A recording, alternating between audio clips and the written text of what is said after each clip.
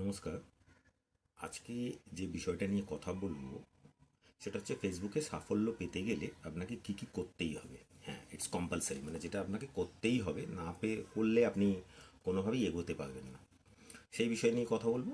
তো ভিডিওটা একটু বড় হতে পারে, তো পরে হয়তো ছোটো ছোটো করে ভাগ করে দেবো যাতে আপনার লং ভিডিও না দেখতে হয় আর কি।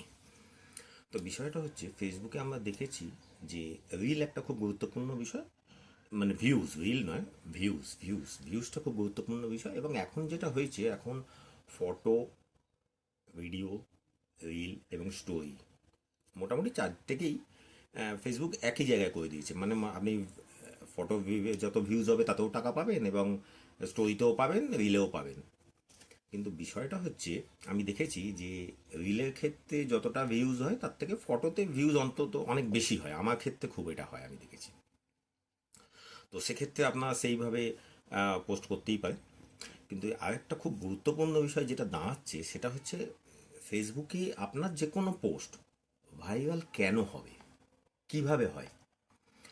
বিষয়টা হচ্ছে এটাই যে ফেসবুকে কোনো ভিডিও বা পোস্ট ভাইরাল হতে গেলে ফেসবুক যদি তাকে সেটা নন ফলোয়ার্সদের কাছে রেকমেন্ড করে তবেই সেটা সম্ভব। মানে আপনার ফলোয়ার্সরা আপনার ভিডিও দেখে আপনাকে ভাইরাল করে দেবে এরকম আশা